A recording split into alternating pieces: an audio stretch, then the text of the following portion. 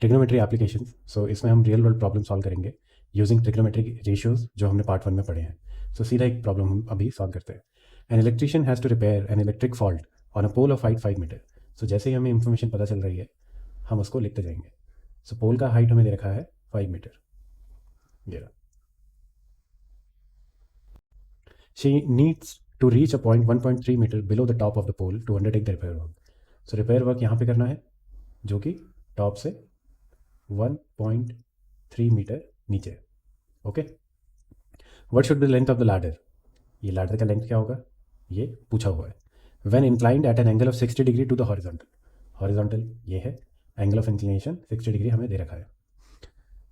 Would enable her to reach the required position. So अगर ये 60 degree है horizontal line के साथ, सो ये लैडर का लेंथ क्या होना चाहिए कि वो इस बी पॉइंट तक पहुंच जाए जहाँ पर रिपेयर वर्क करना है। Okay, also how far from the foot of the pole should she place the foot of the ladder. Foot of the pole ये है डी पॉइंट और ये सी पॉइंट है। So foot of the pole से कितना दूर foot of the ladder हो कि वो बी पॉइंट पे पहुंच जाए। सो मेरे को पोल का ओवरऑल लेंथ दिया हुआ है, पोल में कहाँ तक जाना है वो दिया हुआ है, एंगल ऑफ इंक्लिनेशन दिया हुआ है और ये तो राइट एंगल है ही। हमें लैडर का लेंथ निकालना है, ये डी सी लेंथ निकालना है, फुट ऑफ द पोल से फुट ऑफ द लैडर का डिस्टेंस। सो हर प्रॉब्लम में हमें एक राइट ट्रायंगल ढूंढना है। सो यहाँ पे मेरे को ये राइट ट्रायंगल दिखाई दे रहा है। ओके, सो अभी मेरे पास यहाँ पे क्या क्या है, मेरे पास ये है थीटा। ओके, सो मेरे पास थीटा है एंगल जो कि है 60 डिग्री। और मेरे पास क्या है, इस राइट ट्रायंगल में ये मेरा परपेंडिकुलर है। परपेंडिकुलर क्या है, बी डी। उसका लेंथ मेरे को पता है बी डी। तो बी डी क्या होगा, जो ये टोटल पोल का लेंथ है A D minus A B. और क्या पता है मेरे को इस राइट ट्रायंगल में, ये एंगल पता है, ये पता है, बी सी मेरे को निकालना है, बी सी मेरे को निकालना है। ओके, तो इस ट्रायंगल में ये परपेंडिकुलर हुआ, ये हाइपोटेन्यूस हुआ, ये बेस हुआ। सो मेरे पास थीटा है तो बी डी हुआ परपेंडिकुलर, बी सी क्या हुआ, बी सी हाइपोटेनियस और डी सी क्या है, बेस। ओके, और बी डी यहाँ से क्या निकल आएगा, लेट्स से बी डी क्या है, ए डी टोटल पोल का length 5 metre minus A B क्या है 1.3 मीटर्स, तो ये आया 3.7 मीटर्स। ओके, सो मेरे पास थीटा है, मेरे को परपेंडिकुलर पता है, मेरे को बाकी साइड्स निकालनी है। परपेंडिकुलर और थीटा के बीच में क्या रिलेशन है। सो अगर मैं देखूँ साइन थीटा क्या होता है, परपेंडिकुलर अपॉन हाइपोटेनियस। परपेंडिकुलर क्या है यहाँ पे, बी डी। हाइपोटेनियस क्या है, ये लैडर का लेंथ बी सी। थीटा कितना है 60, साइन 60 हो गया यहाँ पे, बी डी का लेंथ क्या है 3.7, ये हुआ बी सी। अब साइन 60 कितना होता है, ये हमने रेशियोज में देखा है, साइन 60 होता है √3/2।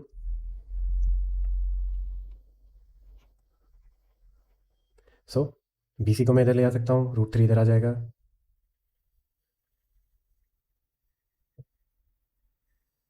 और ये 2 यहीं पे है। अब ये 2 ऊपर जा सकता है, सो बी सी आ गया 2 इंटू 3.7 अपॉन √3। ओके, सो बी सी हो गया इसका लेंथ। सो ये यही हुआ लैडर का लेंथ। अभी मेरे को क्या चाहिए, डी सी। अभी मेरे को एक और चीज़ पता है रेशियोज से, कॉस थीटा क्या होता है, base D C upon hypotenuse. Hypotenuse क्या है, बी सी। ओके, फिर मेरे को यहाँ से पता है थीटा कितना है, cos 60 is equal to D C मेरे को निकालना है, बी सी मेरे को पता है यहाँ पे। ओके, सो ये क्या हो जाएगा, D C is equal to cos 60 कितना होता है 1/2 इंटू बी सी क्या है यहाँ पे, सो ये 2 से 2 कैंसिल हुआ, सो डी सी क्या आ गया 3.7 अपॉन √3। सो वहाँ पर लैडर का लेंथ भी आ गया और ये भी आ गया। एक और क्वेश्चन देखते हैं। An observer 1.5 metre tall. So जैसे ही पता चले इन्फॉर्मेशन को लिख लेता है। सो ऑब्जर्वर जो है उसकी हाइट है 1.5 metre, is 28.5 metre away from the chimney. ये चिमनी है, चिमनी से 28.5 मीटर अवे ऑब्जर्वर खड़ा है। Okay, the angle of elevation of the top of the chimney from her eyes is 45 degree. Eyes की डायरेक्शन क्या है? ये है एंगल ऑफ एलिवेशन, ये रहा, तो ये है 45 degree. What is the height of the chimney? So ये है चिमनी का हाइट, ये पूरा ऊपर से नीचे तक। सो ये हमें फाइंड आउट करना है। सो ये ग्राउंड है, ओके, ये ऑब्जर्वर है, यहाँ पे ऑब्जर्वर की हाइट है 1.5 मीटर, और ये ऐसा कुछ है, यहाँ पे चिमनी है, ये चिमनी है, और ये चिमनी का टॉप है जिसका पॉइंट है ए, ये है ई पॉइंट, ई वर्टेक्स, ये है बी, ये है सी, ये है डी।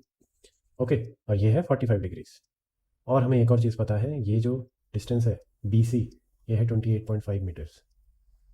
तो ये सी डी बी ई के इक्वल होगा, ठीक है, ये एक रेक्टेंगल फॉर्म हो रहा है। सो यहाँ पे मेरे को क्या क्या पता चल रहा है? यहाँ पे मेरे को पता चला कि सी डी इक्वल है बी ई के, ओके, क्योंकि ये एक रेक्टेंगल है, रेक्टेंगल की ऑपोजिट साइड इक्वल होती है, और ये भी ऑपोजिट साइड है, okay, opposite side B C equal होगा ई डी के, बी सी इक्वल होगा ई डी के। सी डी की लेंथ मेरे को पता है 1.5 मीटर। बी सी कितना है? 28.5 मीटर। सो अगर मैं इस ट्राइंगल को अलग ले लूँ यहाँ पे, लेट्स अज्यूम कि ये ट्राइंगल मैंने अलग से यहाँ पे बना दिया है, ओके, ये है डी, ये है ई, ये है ए, ये है 45 डिग्रीज एंगल, जो कि अभी तक हमें मेरे को दिया हुआ है, वही सब मैंने यहाँ पे यूज़ किया है। डी का लेंथ मेरे को पता है 28.5 मीटर। मेरे को क्या चाहिए? चिमनी का लेंथ चाहिए, तो उसके लिए मेरे को ए ई पता होना चाहिए, ए ई। सो अगर ये एंगल है तो ये मेरा हुआ परपेंडिकुलर, ये हुआ बेस, और परपेंडिकुलर और बेस में क्या रिलेशन होता है? ये होता है कि tan theta is equal to perpendicular A E upon D E, okay. Theta कितना है? tan 45। ए ई मेरे को नहीं पता है, डी ई मेरे को पता है यहाँ पे 28.5। सो ए ई क्या हुआ यहाँ से? tan 45 कितना होता है? 1, और ये 28.5 इधर चला जाएगा। सो ए ई मेरा कितना आया? 28.5। अभी ये चिमनी का लेंथ क्या है? A B, okay, total length A से लेके बी तक। सो ए बी क्या है? ये बीच में ए ई पॉइंट भी है, सो ए बी कितना होगा? ए ई प्लस ई से बी तक, ए ई यहाँ से आ गया 28.5 प्लस ई बी, ये रहा 1.5 मीटर। सो ए बी कितना हुआ? 30 मीटर्स। यही होगा हमारा आंसर। सो अभी आंसर में मीटर लिखना नहीं भूलना है, क्योंकि हाइट पूछी है, तो हाइट का यूनिट होना चाहिए यहाँ पे। Next question. सो इस क्वेश्चन में एंगल ऑफ डिप्रेशन दिया हुआ है। सो ये क्या होता है? सो लेट्स से हम यहाँ पे हैं और थोड़ा फैंसी हेयर कट है हमारा, और ये एक हॉरिजॉन्टल लाइन है रेफरेंस के लिए, हॉरिजॉन्टल लाइन, और ये एक प्लेन उड़ रहा है ऊपर से, ओके। और अगर हम प्लेन की तरफ देख रहे हैं यहाँ पे, तो ये हुआ हमारा लाइन ऑफ साइट, हम जिस भी डायरेक्शन में देख रहे हैं। सो हॉरिजॉन्टल लाइन से ऊपर जो लाइन ऑफ साइट है और ये जो एंगल क्रिएट हो रहा है, अगर वो हॉरिजॉन्टल लाइन से ऊपर है तो उसको बोलते हैं एंगल ऑफ एलिवेशन। और लेट्स से यहाँ पे ग्राउंड है और यहाँ पे क्रिकेट का बॉल पड़ा हुआ है और हम बॉल की तरफ देख रहे हैं। सो ये एंगल बन रहा है हॉरिजॉन्टल लाइन से नीचे, सो ये हुआ angle of depression. So horizontal line से कोई एंगल ऊपर बन रहा है, सो होता है angle of elevation. Horizontal line से एंगल नीचे बन रहा है तो वो एंगल ऑफ डिप्रेशन। तो अभी हम राइट साइड में देख रहे हैं, सो ऐसा हो सकता है कि हम लेफ्ट साइड में देखें तो ये हुआ हॉरिजॉन्टल लाइन, और अगर यहाँ पे प्लेन ऊपर उड़ रहा है, सो ये हुआ एंगल ऑफ एलिवेशन, और नीचे एंगल बनता है तो ये हुआ एंगल ऑफ डिप्रेशन। सो इस क्वेश्चन में क्या बोला है? The angle of depression of the top and bottom of 8 metre tall building. So 8 metre tall building है यहाँ पे एक, लेट्स अज्यूम कि वो 8 मीटर टॉल बिल्डिंग ये है, ओके, इसका लेंथ है 8 metre. From the top of a multi storeyed buildings, so एक और बिल्डिंग है यहाँ पे जिसकी हाइट इससे ज़्यादा है। एंड लेट्स अस्यूम ये ग्राउंड है। अभी क्या बोला, angle of depression of top and bottom of 8 metre tall building from top of multi storeyed building. So multi storeyed building के टॉप से इस बिल्डिंग के टॉप पे और बॉटम पे दो एंगल ऑफ डिप्रेशन बन रहे हैं। सो एंगल ऑफ डिप्रेशन क्या होते हैं, हॉरिजॉन्टल लाइन से नीचे, अगर ये हॉरिजॉन्टल लाइन है, ठीक है, हॉरिजॉन्टल लाइन से नीचे होता है डिप्रेशन। सो एक एंगल ये क्रिएट हो रहा है, ये एंगल छोटा है, ये हुआ 30 डिग्रीज का। एक एंगल ये क्रिएट हो रहा है बॉटम पे, ये बड़ा है, सो ये हुआ 45 डिग्री। ओके, और क्या दिया है हमें, ये 8 मीटर है। Find the height of the multi storeyed building, ये पूरा इसका हाइट हमें निकालना है। And the distance between the two buildings, let's assume कि इन दोनों के बीच का डिस्टेंस डी है। अब ये ट्रिग्नोमेट्री का क्वेश्चन है, तो हमेशा हमें राइट ट्रायंगल ढूंढना है इस प्रॉब्लम में। ओके, सो लेट्स अज्यूम कि मैं अगर इसको जोड़ दूँ, ये जो लेंथ है ये भी एच ही होगा, ठीक है, क्योंकि ये एक रेक्टेंगल फॉर्म हो रहा है। सो अगर मैं इसको यहाँ पे नाम दे दूँ, वर्टेक्स को ए, बी, सी, डी, ई, ठीक है। सो एच क्या है यहाँ पे, जो हाइट है मेरे को क्या निकालना है, बी सी। और बी सी क्या है, ए डी के इक्वल है। और ए डी क्या है, ए ई प्लस ई डी, ठीक है। अभी मेरे को ये जो दो एंगल दिख रहे हैं, ये दो एंगल दो राइट ट्रायंगल भी फॉर्म कर रहे हैं। सो अगर मैं इनको अलग से बनाऊं, ये छोटा वाला ट्रायंगल अलग से यहाँ पे क्रिएट करूं, ये ट्रायंगल है ई डी एंड सी, और ये बड़ा वाला ट्रायंगल भी यहाँ पे मैं क्रिएट करूँ अगर, ये कौन सा ट्रायंगल हुआ, ये तो डी ही है, ये है सी, ये है ए। ओके, यहाँ पे बीच में कहीं पे ई होगा, लेकिन उसका अभी हमें कुछ नहीं करना। ये राइट ट्रायंगल है, ये राइट ट्रायंगल है, ये 30 डिग्रीज का एंगल है, ये 45 डिग्रीज का एंगल है, ठीक है, अभी तक कोई कंफ्यूजन नहीं। ये अगर डी है, ए बी, डी क्या है, ए बी, इन दोनों का डिस्टेंस, सो डी सी भी वही होगा, डी सी भी डी ही होगा। ओके, सो ये दोनों चीज़ें हमें पता है, ये ट्रायंगल हमने बनाए जो कि हमें अभी तक पता था। सो हमें पता चला ये भी डी है, ये भी डी है। सो बेस और परपेंडिकुलर के बीच में क्या रिलेशनशिप होता है, जैसे अगर ये मेरा एंगल है तो ये मेरा परपेंडिकुलर हुआ, ये मेरा एंगल है तो ये मेरा परपेंडिकुलर हुआ। सो इस ट्रायंगल में परपेंडिकुलर क्या हुआ, ई डी। सो tan 30 क्या होगा, tan ही देता है बेस और परपेंडिकुलर के बीच में रिलेशन। tan होता है perpendicular E D upon base C D. tan 30 होता है 1/√3। ई डी मेरे को नहीं पता है, सी डी है डी, सो ई डी यहाँ से आया d/√3। एक चीज़ पता चल गई जो कि हम यूज़ करेंगे बाद में। यहाँ पे भी अगर मैं सेम यूज़ करूँ, tan 45 क्या है, परपेंडिकुलर ए डी। परपेंडिकुलर और बेस कैसे निकालेंगे, उसके लिए पार्ट 1 देखना पड़ेगा। A D upon C D, tan 45 होता है 1, ए डी क्या है नहीं पता, सी डी क्या है डी, यहाँ से। So D is equal to A D, ये दो चीज़ें मेरे को पता चल गई, ठीक है। सो ई डी मेरे पास आ गया, ए डी मेरे पास आ गया।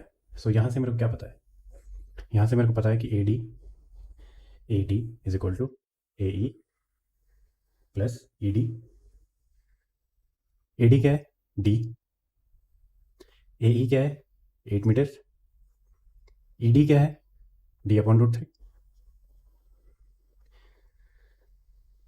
सो डी, इसको अगर मैं इधर ले जाऊँगा, d minus d/√3 is equal to 8। So ये क्या होगा, एलसीएम लेंगे तो d√3 minus 1/√3 is equal to 8।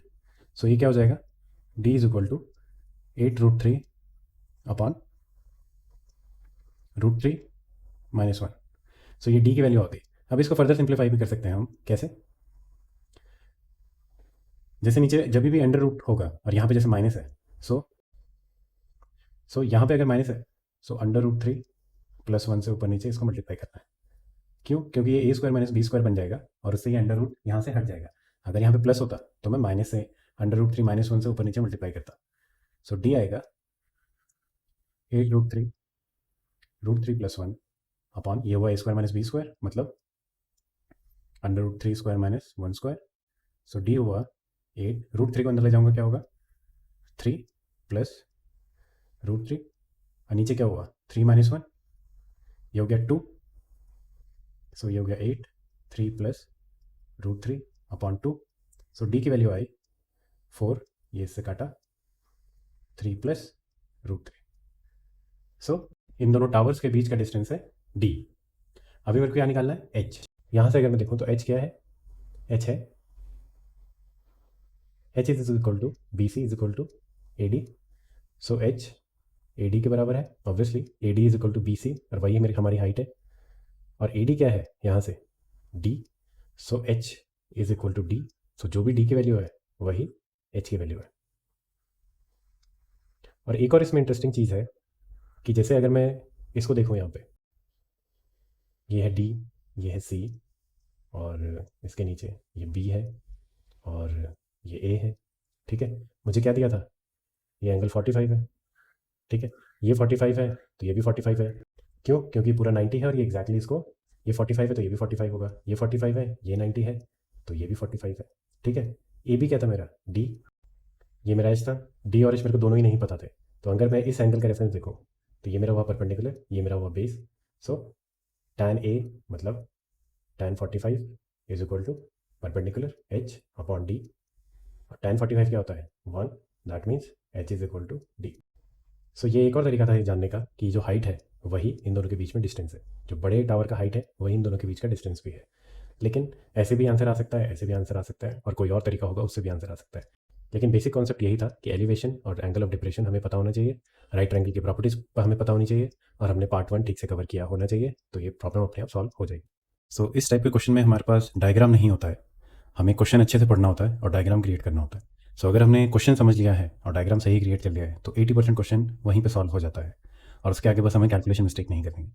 सो आगे बढ़ते हैं। So a 1.5 metre tall boy is standing at some distance from a 30 metre tall building ठीक है। आगे बढ़ने से पहले जितनी इन्फॉर्मेशन हमारे पास है उससे हम डायग्राम बनाना स्टार्ट करेंगे। Okay so 1.5 metre tall boy है लेट्स से ये है बॉय और ये है ग्राउंड। हाइट क्या है बॉय की 1.5 metre from 30 metre tall building ये बिल्डिंग है बिल्डिंग की हाइट क्या दी है 30 मीटर ठीक है। आगे बढ़ते हैं the angle of elevation from his eyes to the top of the building increases from 30 to 60 from eyes let's assume कि आइज यहाँ पे है ठीक है। अगर ये हॉरिजॉन्टल लाइन है तो एंगल ऑफ एलिवेशन होता है हॉरिजॉन्टल लाइन से ऊपर और elevation from his eyes to the top of the building from eyes to top of the building पहले 30 डिग्री है okay increases from 30 to 60 as he walks towards the building ये थोड़ा आगे चला जैसे मान लो ये यहाँ पे आ गया अगर सो एंगल ऑफ एलिवेशन ही दोबारा यहाँ पे ये 30 डिग्री था अब ये हो गया 60 डिग्री। अब यहाँ पे क्या निकालने के लिए बोला है find the distance he walk towards the building distance he walked towards the building सो ये डिस्टेंस चला था ये डिस्टेंस हमें निकालना है ठीक है। अभी इस क्वेश्चन में हमेशा ट्रिग्नोमेट्री के क्वेश्चन में हमें राइट ट्रायंगल ढूंढने होते हैं ठीक है। सो पहले ये 30 डिग्रीज पे था तो एक ही राइट ट्रायंगल बन रहा है ठीक है। आगे बढ़ा तो एंगल बढ़ गया 60 डिग्री हो गया एंगल ऑफ एलिवेशन 60 डिग्री हो गया तो ये वाला एंगल बन गया। सो लेट्स अज्यूम कि मैं इसको पहले यहाँ पे नाम दे देता हूँ ए बी सी डी ठीक है। तो अगर मैं देखूँ ए बी की हाइट क्या होगी ए और बी का डिस्टेंस क्या होगा ठीक है। अगर ये ई है ए बी क्या होगा ए ई माइनस बी ई ए ई क्या है बिल्डिंग का टोटल लेंथ और height 30 metres minus B E क्या है ये बॉय का हाइट 1.5 सो ए बी क्या आ गया मेरे पास 28.5 मीटर। एक चीज़ मेरे को पता चल गई। सो अब डायग्राम हमने सही सही बना लिया है अब मेरे को यहाँ पे ट्राइंगल आइडेंटिफाई करने हैं और ये क्वेश्चन सॉल्व हो जाएगा। एक ट्राइंगल क्या बन रहा है ए सी बी क्योंकि मेरे को इसकी हाइट पता है, यहाँ पे ए बी मेरे को पता चल गया है, तो पहले मैं ए सी बी ट्राइंगल देखूंगा।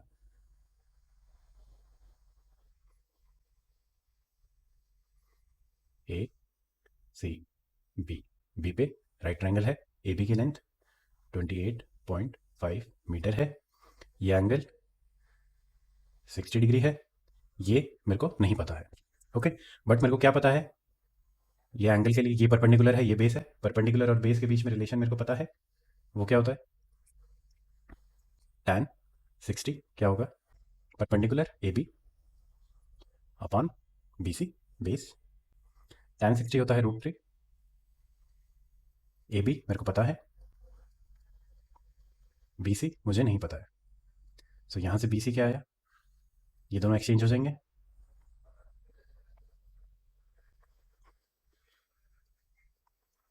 सो ये बी सी मेरे को पता चल गया। अभी मेरे को एक और राइट ट्रायंगल दिखाई दे रहा है इसमें, ए डी बी, ठीक है, इसको भी बना के देखते हैं।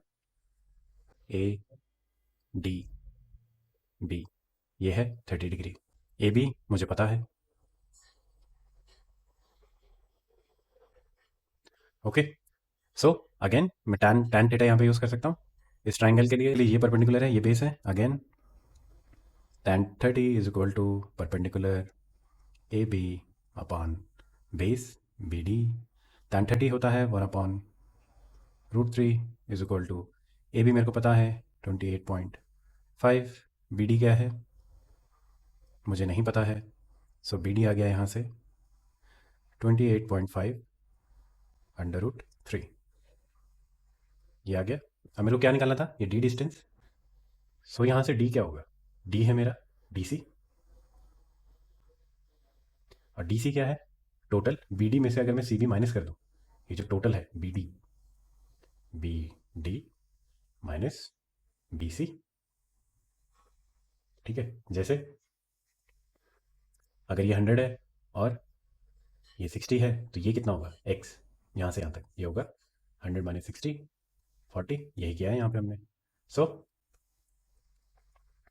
डी यहाँ से आया, बी डी मेरे को पता है बिल्कुल 28.5 √3, बी सी मेरे को पता है, बिल्कुल पता है 28.5 √3, सो डी क्या आया 28.5 √3, ये एलसीएम लेंगे इंटू √3 माइनस 28.5 अपॉन √3, सो डी यहाँ से आया 28.5 इंटू √3 क्या होता है 3 माइनस 28.5 अपॉन √3, ये हो गया 28.5 इंटू 2 अपॉन √3।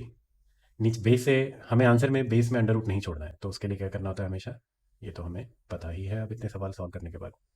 सो ये क्या हुआ 28.5 into 2 into √3 divided by 3, so D क्या हुआ यहाँ पे, 3 को 28.5 से डिवाइड हो सकता है, बिल्कुल, ये है 3 9 27, से ये हुआ 9 and 3 5 15, 9.5 into 2 into √3, 2 into 9.5 19 √3, so D की वैल्यू आ गई। सो क्या करना है, क्वेश्चन ठीक से पढ़ना है, डायग्राम बनाना है, राइट ट्रायंगल आइडेंटिफाई करने हैं और कैलकुलेशन मिस्टेक नहीं करनी है। एक और क्वेश्चन जिसमें डायग्राम नहीं दिया है, क्वेश्चन पढ़ना है, डायग्राम क्रिएट करना है, राइट एंगल आइडेंटिफाई करने हैं और क्वेश्चन सॉल्व करना है। The angle of elevation of the top of the building from the foot of the tower is 30 degrees. Okay, so यहाँ पे एक तो बिल्डिंग है और एक टावर है, सो मान के चलते हैं टावर बड़ा है, अभी हमें पता नहीं है, मान के चलते हैं टावर बड़ा है और बिल्डिंग की हाइट छोटी है। जैसे ये बिल्डिंग है और यहाँ पे एक टावर है, ये ऐसा कुछ टावर है,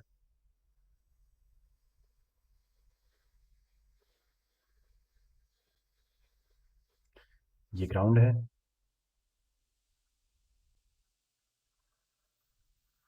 angle of elevation top of the building from foot of the tower is 30 degree, top of the building from foot of the tower क्या दिया है 30 degree, and the angle of elevation of top of the tower from foot of the building, top of the tower from foot of the building 60 degree.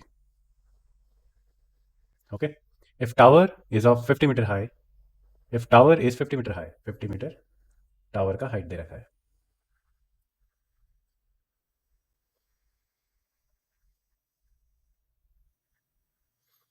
Find the height of the building. Let's assume ये H है और यही H हमें find out करना है। सो tower का height हमें पता है। लेट्स अज्यूम कि इन दोनों के बीच का डिस्टेंस डी है, ठीक है। और इन पॉइंट्स को नेम दे देते हैं, ये ए है और लेट्स अज्यूम ये जो पॉइंट है ये है बी, ओके। ये है सी, ये है डी, ठीक है। अभी यहाँ पे दो राइट ट्रायंगल मेरे को दिखाई दे रहे हैं। सो इस वाले राइट ट्रायंगल में, किस राइट ट्रायंगल में मेरे को वैल्यूज़ पता है, ए बी सी, इस वाले राइट ट्रायंगल में मेरे को वैल्यूज़ पता है, ठीक है। तो इसको हम आगे बढ़ाते हैं। ये है ए, ये है बी, ये है सी। ये एंगल है 60 डिग्री और ये 50 इसकी वैल्यू पता है मेरे को। बेस और परपेंडिकुलर में क्या रिलेशन होता है, tan 60 is equal to perpendicular A B upon base B C. A B क्या है 50, बी सी क्या है नहीं पता होगा। tan 60 होता है √3 is equal to 50 upon B C. So B C क्या है यहाँ से 50 अपॉन √3। सो ये बी सी आ गया। नेक्स्ट राइट ट्रायंगल कौन सा है हमारे पास, ये वाला। ये कौन सा ट्रायंगल है, डी सी बी। सो इसको भी ड्रॉ कर लेते हैं।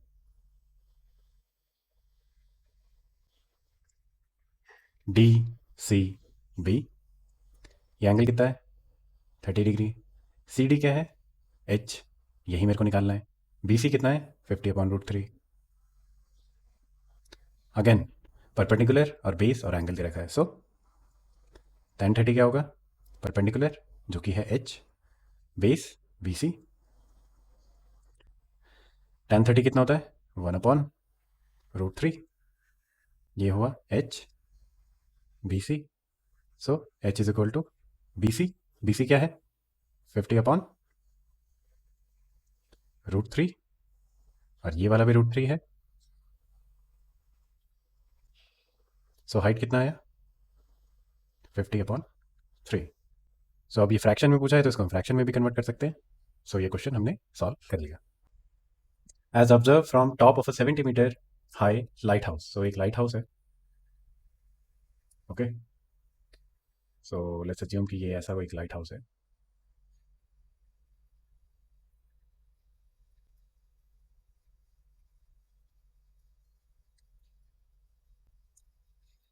From top of light house the angle of depression of two ships are 30 degree and 45 degree. दो शिप्स हैं और उन पे टॉप से एंगल ऑफ डिप्रेशन बन रहा है 30 डिग्री एंड 45 डिग्री।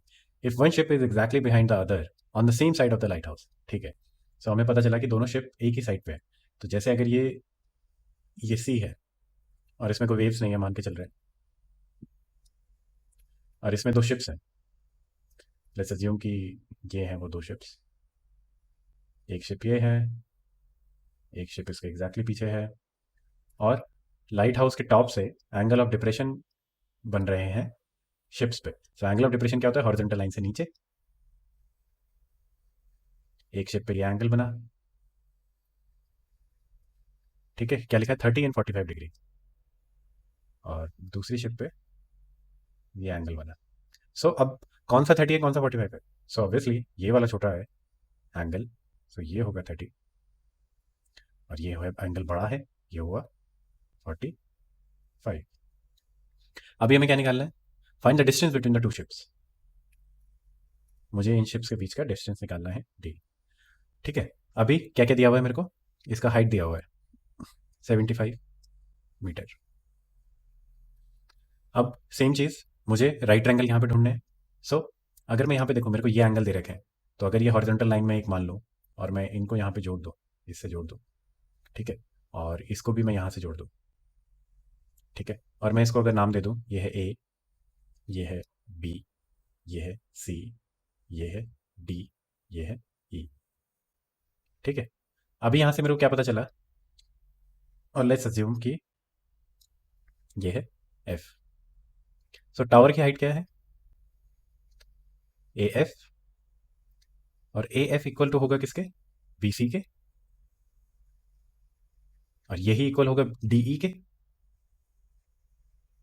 ठीक है, सिंपल, क्योंकि ये एक रेक्टेंगल फॉर्म कर रहा है, ए एफ सी बी, और अपोजिट साइड इक्वल होती है, और ये कितना है 75। सो ये चीज़ मेरे को क्वेश्चन में ही दे रखी है। अब मेरे को क्या करना है, मेरे को राइट ट्रायंगल आइडेंटिफाई करना है इसमें। सो राइट ट्रायंगल मेरे पास एक है, ए सी बी। सो इसको मैं अलग से क्रिएट कर लेता हूँ। हर क्वेश्चन की तरह राइट ट्रायंगल जो मिलेगा उसको हम अलग से क्रिएट कर लेंगे। कौन सा राइट ट्रायंगल है, ए सी बी। ठीक है, इसका एंगल क्या है 45, और बी सी मेरे को पता है, बिल्कुल पता है 75। और क्या मैं यहाँ से ए भी निकाल सकता हूँ, बिल्कुल। तो अगर ये मेरा एंगल है तो इसके लिए ये साइड होगी परपेंडिकुलर, ये साइड होगा बेस। परपेंडिकुलर बेस में क्या रिलेशन है,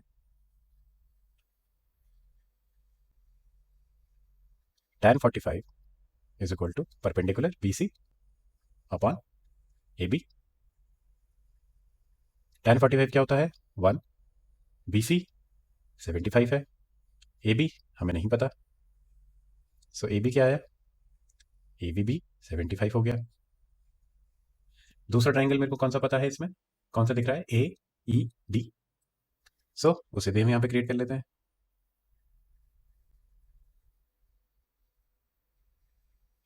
ए ई डी, ए ई डी का एंगल कौन सा है, एंगल ए है 30 डिग्री। डी ई मेरे को पता है बिल्कुल 75। तो क्या मैं ए डी निकाल सकता हूँ, अगेन इसके लिए ये परपेंडिकुलर है, ये बेस है। ये कॉन्सेप्ट हमने पार्ट 1 में कवर किया हुआ है। सो अगर इसमें कंफ्यूजन हो रही है तो पार्ट 1 पढ़ना पड़ेगा। सो यहाँ से आया tan 30 is equal to perpendicular D E upon A D.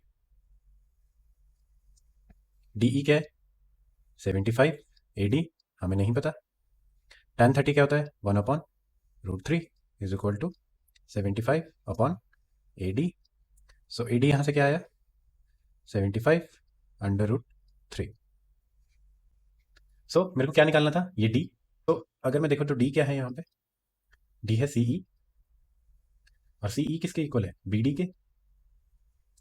और बी डी क्या होगा, ये ए डी पूरे में से अगर मैं ए बी माइनस करता हूँ, ये वही पुराना कॉन्सेप्ट है कि अगर ये पूरा, जैसे मान लो ये ए डी है और इसका लेंथ 100 है, और ए बी मेरे को यहाँ पे पता है, ये बी पॉइंट है, ये ए है, और ए बी मान लो 60 है, तो बी डी क्या होगा, बी डी होगा 100 माइनस 60 इज इक्वल टू 40। तो यही कर रहे हैं हम यहाँ पे, A D minus A B. Okay, so D आया यहाँ से A D minus A B. A D क्या है 75 √3 माइनस ए बी क्या है 75। सो डी क्या हुआ 75 √3 -1। सो यही है शिप्स के बीच का डिफरेंस।